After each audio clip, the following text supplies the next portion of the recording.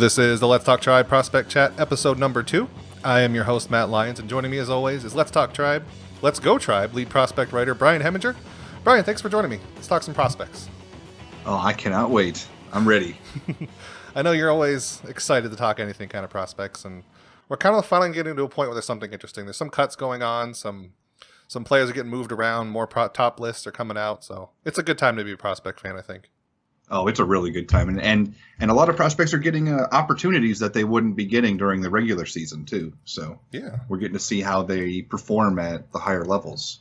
Yep. So let's start with one of the ones that people are probably going to be wondering most about. Catcher Francisco Mejia, of course, he came onto the scene last year. He's the number one prospect according to a lot of places. He recently got optioned to Double-A. What does that mean for him or the Indians or his timetable? Just what is that whole, how did he do in spring?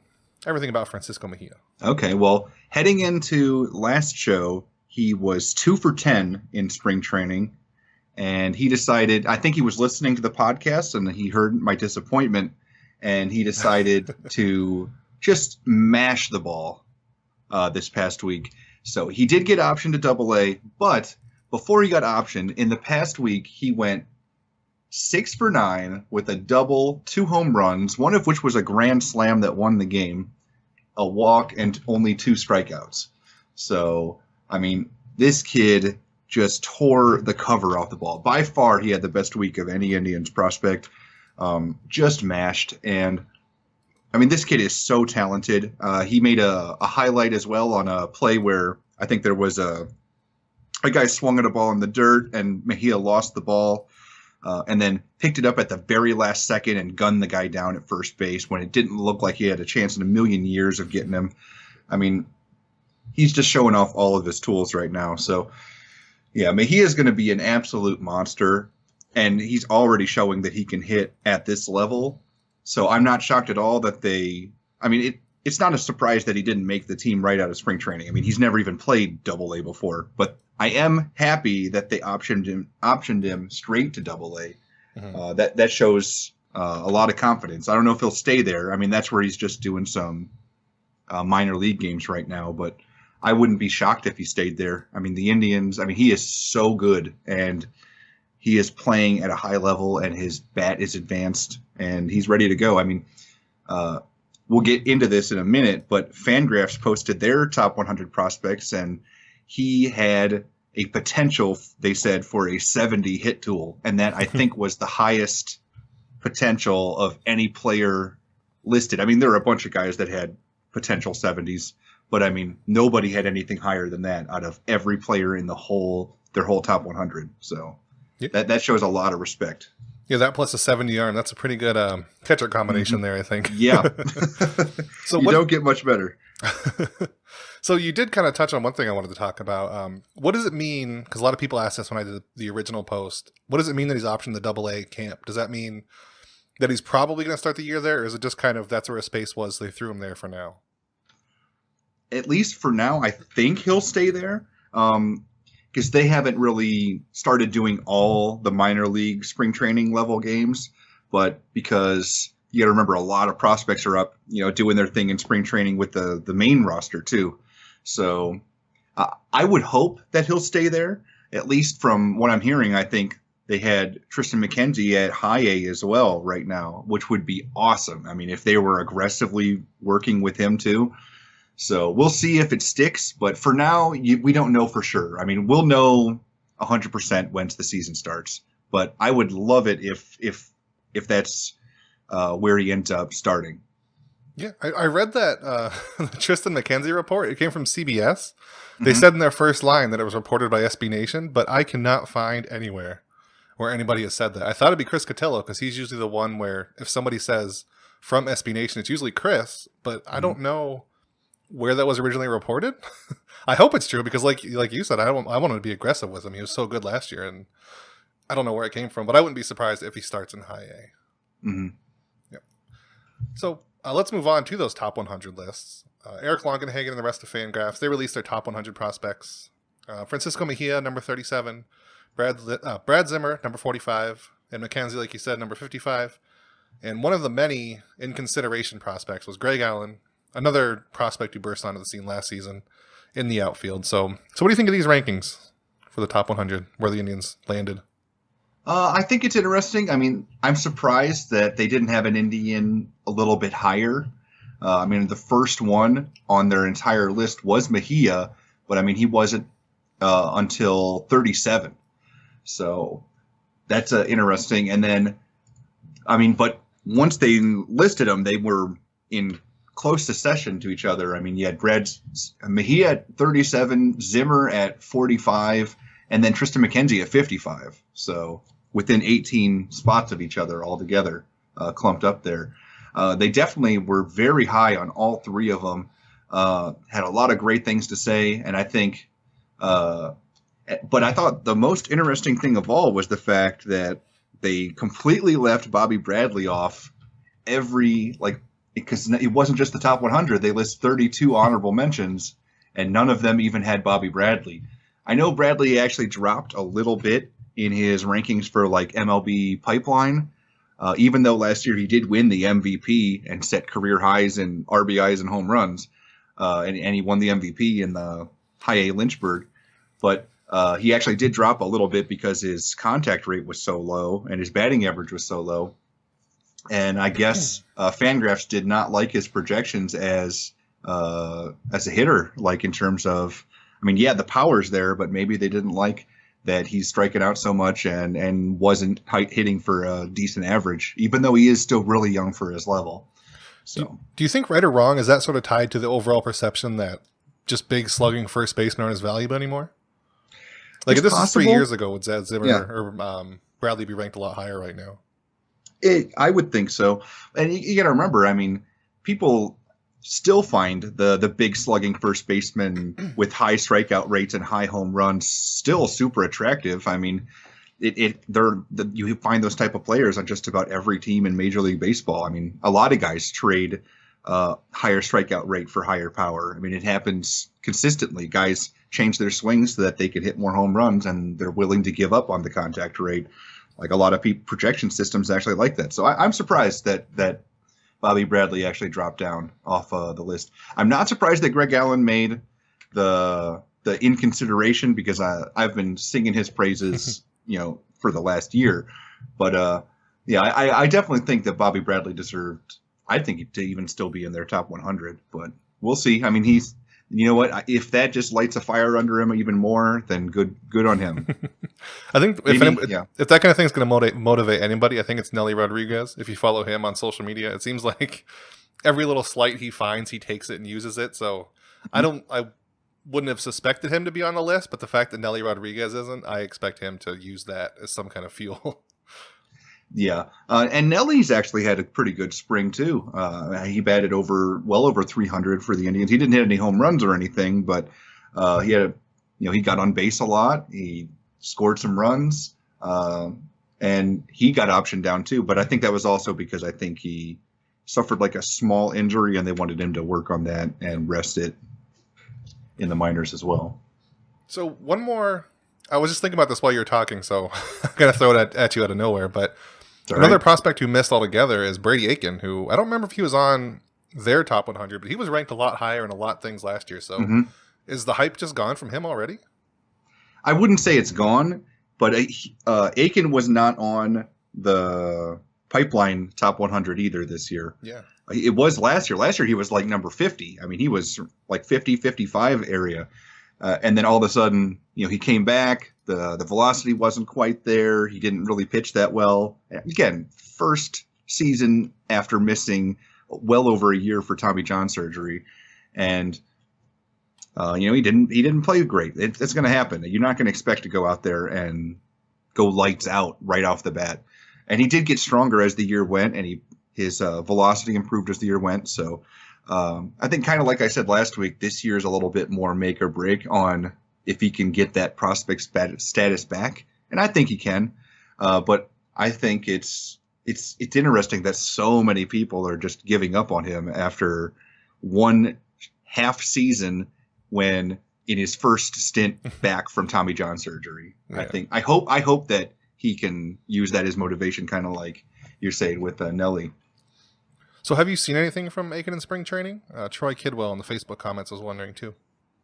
Not off the top of my head, I don't think he's pitched for the Indians. So I think the only thing I saw was he was present when Corey Kluber and Josh Tomlin did their first simulated games of the year. Before it was during spring training when Kluber and Tomlin were being held back a little bit because they pitched so much in the postseason.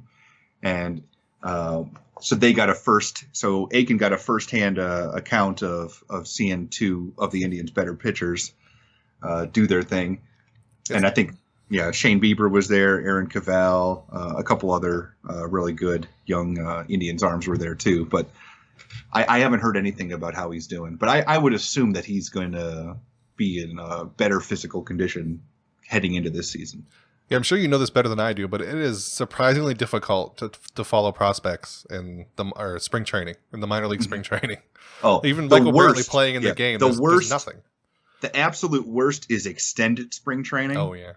Because they keep track of stats in spring training. There's box scores out there. There is nothing in extended spring training, like where these guys are just out there. Maybe they're not going to start the official season in the minor leagues. They're rehabbing and stuff. And there is nothing. I mean, you literally have to be at the games because they don't post anything. There's no stats. There's no box scores. There's no scores. I mean, they don't care at all. I mean, it's just about giving these guys work. It's basically like a practice. Do fans go to those games? I never even thought. I have no idea. I honestly couldn't tell you because I've never been able to find anything on extended. They're all just played in the base in the middle of Nevada. Yeah, I've looked. Wow. They probably look at Google Maps over the field. It'll just be blurred out because I don't want you to see it. So we're going to get into questions now. We got another one from Tony Kidwell in the comments. He wants to know, when will Greg Allen become the Tribe center fielder? And it's Troy Kidwell. Troy. What was I saying? Tony. Oh, Tony. Sorry, Troy. Troy. But I would say I don't think it happens this year. If anything, if there's a prospect that could become the Tribe center fielder this year over what the Indians already have, it could be Bradley Zimmer coming in after about the halfway point of the season. But I think he has a great chance of breaking camp as the center fielder next season. I expect Greg Allen could be on the Indians by the end of this year too, like especially by the September call-ups, if not earlier. But I mean, with him not having even seen AAA yet, it just probably isn't. It's not going to happen this year, but there's a really good shot if he can continue to develop. I mean, this kid has gotten better every single season of his professional career. So if he can do better this year than he did last year, and last year was pretty damn good, then I would not be shocked in the least bit if he was breaking camp as their 2018 center fielder. What kind of impact, good or bad, like how Bradley Zimmer does that have on Greg Allen's timetable? Like if he's really good this year, does that slow him down a little? If Zimmer's really bad, do you think they speed Allen up at all? Or there's going to be a road dam in center field pretty soon? It depends. I mean, if Allen is that good and can profile as like the leadoff guy, then I think that they're going to want him on the roster, and then that can push Zimmer to right field or left field. Because you got to remember, Michael Brantley's contract is starting to run out. I think Lonnie Chisenhall's done after this season, so you've got two left-handed bats that need replaced. Zimmer can take over one of those spots. Mm-hmm. So I wouldn't be too shocked that Greg Allen could take Zimmer's center field role, but Zimmer can still have a home in any corner spot. I mean, he's got a 60 arm, and and we all know how good he is at everything else. So he should be fine wherever they put him in any outfield position. And Allen is definitely center field pretty much only. So a really interesting question from our own Matt Schlichting. He wants to know, if you could trade tools between any prospects in the system to make two players better, who and which tools? Okay. I've thought about this. There's a couple really interesting ones, but one that I thought would be hilarious would be Yandy Diaz's contact rate with Bobby Bradley's power. Oh, that's ridiculous. Oh, no. I mean, Yandy would have, Yandy would have led the International League in hitting last year at AAA if he'd had like 2 more games worth of at-bats. So you get that, a guy that can bat in the mid 300s and hit 30 plus home runs, that would be disgusting. uh, and then for pitching, I would do Ryan Merritt's control with Sean Armstrong's velocity. Ooh. So mid to upper 90s, and then a guy that just can paint every corner. I think that would be disgusting too. Yeah. Are you? Oh wait. So are you trading them or giving each? I guess the one person isn't losing them, one. Yeah, I'm more fusing them into a super mutant. Yeah, we're going super. But it's not Super Saiyan. What is it? It's just fusing, right? Yeah. Dragon Ball Z. I don't know. But either way, we're doing that. Yeah, we're making a Megazord. Because otherwise, like, you could just pick, what would you like, Bradley Zimmer's defense for Greg Allen's speed. Just kind of ruin Greg Allen and make Bradley Zimmer really good. Or not Bradley Zimmer, but Bobby Bradley. Yeah, if you put Greg Allen's speed on Bobby Bradley, that'd be hilarious too. Like seeing him motor around the bases, because he is not very high on the speed list. No, not at all. So our next one is going to be at Demosthenes Clee, _Clee. He wants to know, is it looking like the Indians get Anthony Santander back? Does the new elbow thing make a season-long DL stint likely? So I don't even know about this new elbow thing, so I hope you know. Okay. I want to know. Okay, I do. I did my research on this. Please bring Anthony back. But I've been keeping tabs on Anthony Santander. I was all excited because he wasn't cleared to play the field. He's just been DHing all season. And then he finally got cleared to play in the outfield. And then they shut him down. And they announced today, literally like 5 hours ago, that he's going to have an MRI arthrogram, which is when they inject like the dye to get a look. And it's for his elbow.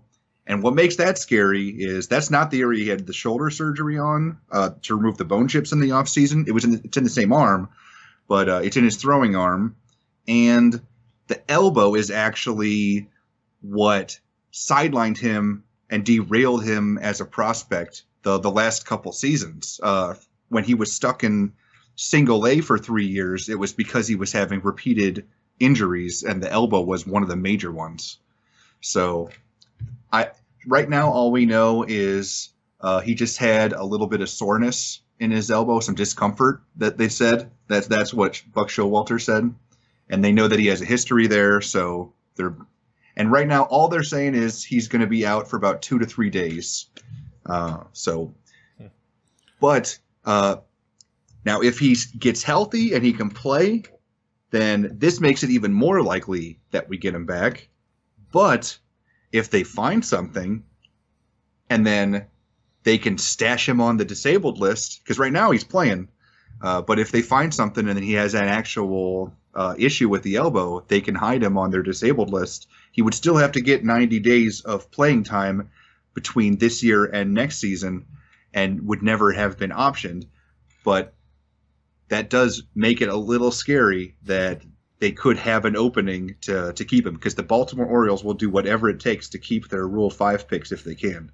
Yeah, so anybody on Santander watch, the short of it is, if he's injured, that's bad. If he's healthy, it's good for the Indians.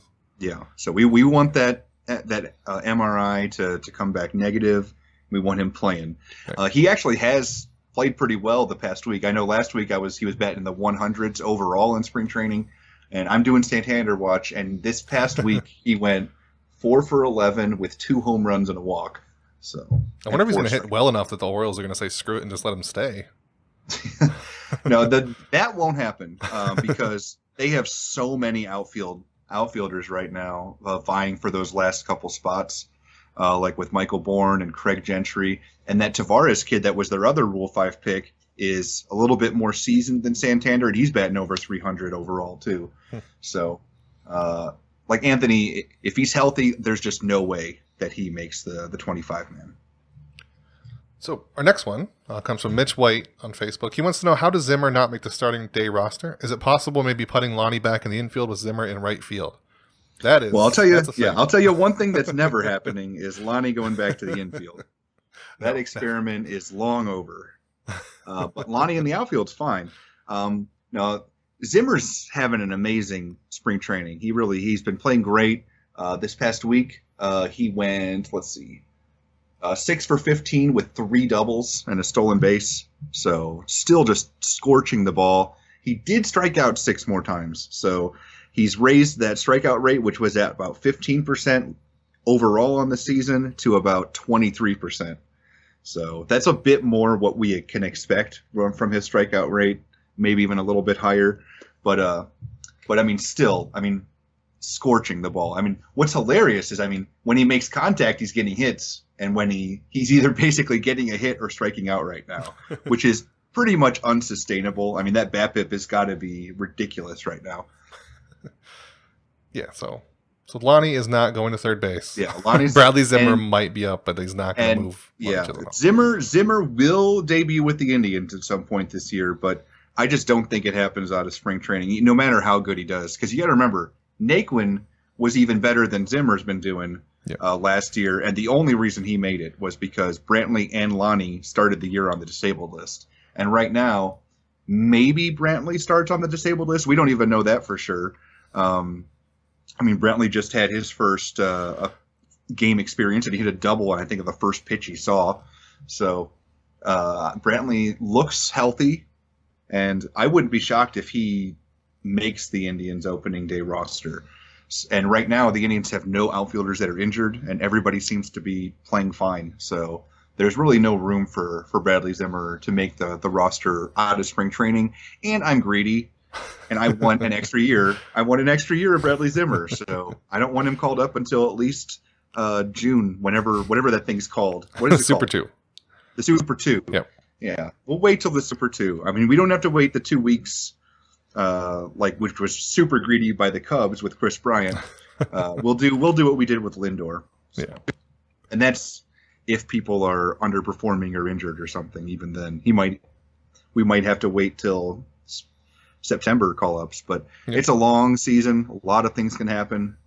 But right now, there's just no way Zimmer can make it out of spring training, even though he's playing great. So we got another live question from Mike Boble, I think. It's been said that the tribe has a deep farm system. Which position is the deepest? Which is the shallowest? Ooh, that's a good one. Yeah, I like that. I would say deepest position right now for the Indians is probably left-handed pitching. Which is probably by design based on their drafts, I would think. Yeah, because you look at the players that were in our rankings and everything, left-handed pitchers were huge standouts. I mean, you have Brady Aiken, you have Juan Hillman, Rob Kaminsky, Ryan Merritt, Sean Morimando. I mean, that's 5 right there that were in basically our top 15. Mm-hmm. So I would say left-handed pitching, definitely. And then you have Thomas Pannone, who didn't even make our rankings, and he actually led all Indians full-season starters in ERA last season. So, I mean, they have a lot of depth right now with left-handed starters. And then probably weakest, I would say probably catcher. After Francisco Mejia, we don't really have another superstar level catcher.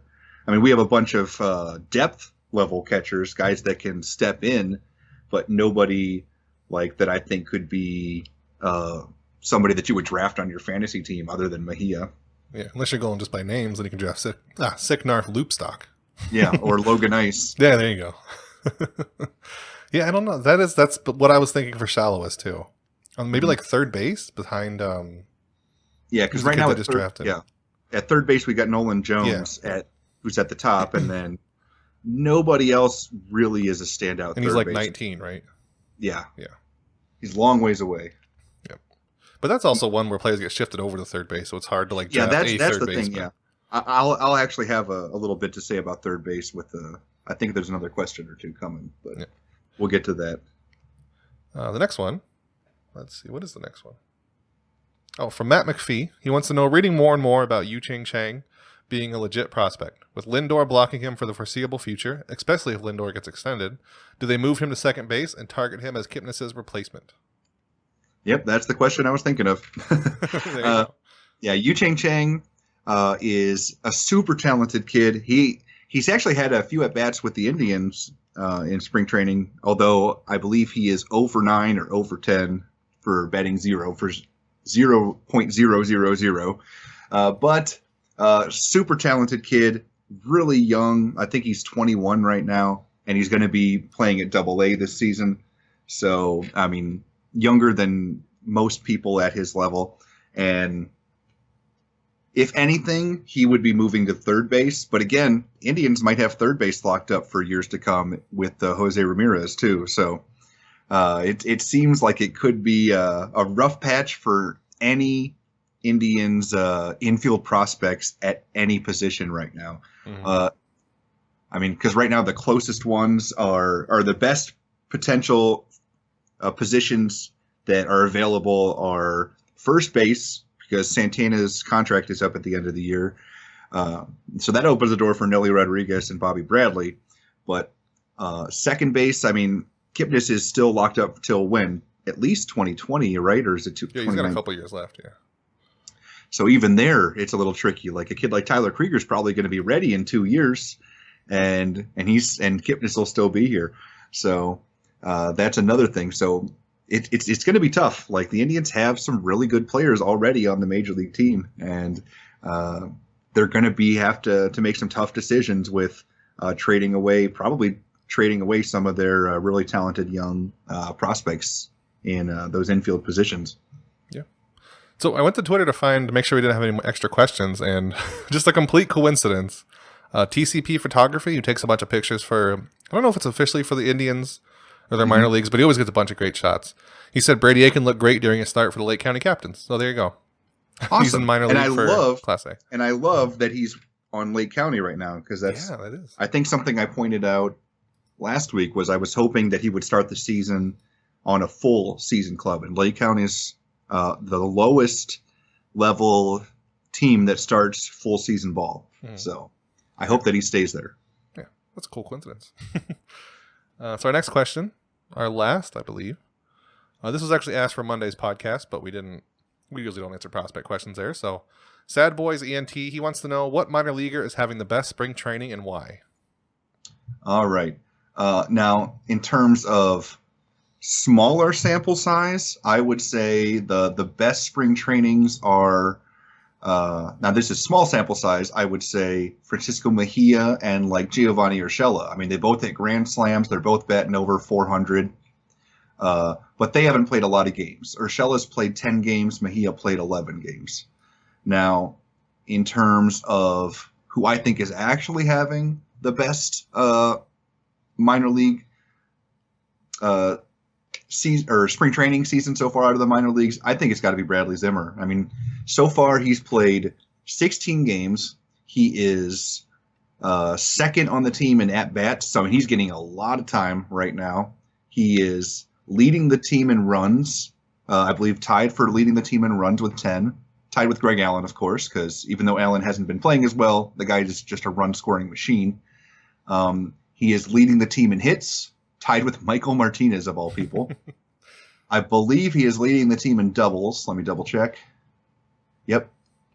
He is second on the team in home runs. He is leading the team in RBIs with 11, and that's including, guys that have hit grand slams. So, Brittany, and he's stolen 2 bases without getting caught, and he picked up at least 1 outfield assist this past week. I mean, he has just been all over the place. Bradley Zimmer is showing exactly why he was a top-rated prospect, at least so far in spring training. And he is just tearing the cover off the ball and doing all the little things too. Just don't say that too loud, Brian. He needs to get some work until just roughly around June. A little more work. June, July. Just off the top of my head, somewhere in there. So yeah, that's all our questions. Thanks for joining us again, Brian. My pleasure. And everyone else, we will see you next week. See you on Monday for the regular podcast if you're there. If you want to email any questions for Brian next week, sbnletsgotribe@gmail.com. You can find us on Twitter and Facebook. And Brian, where can they find you? I never asked you that, I don't think. So I know you can find them on Let's Go Tribe, obviously. And you started a new podcast yesterday, and I know you do all kinds of stuff. So where can everybody find you? I'd say the easiest one is just my name, @BrianHeminger. There you go. Okay, well, there you go. Everybody, we'll talk to you next week.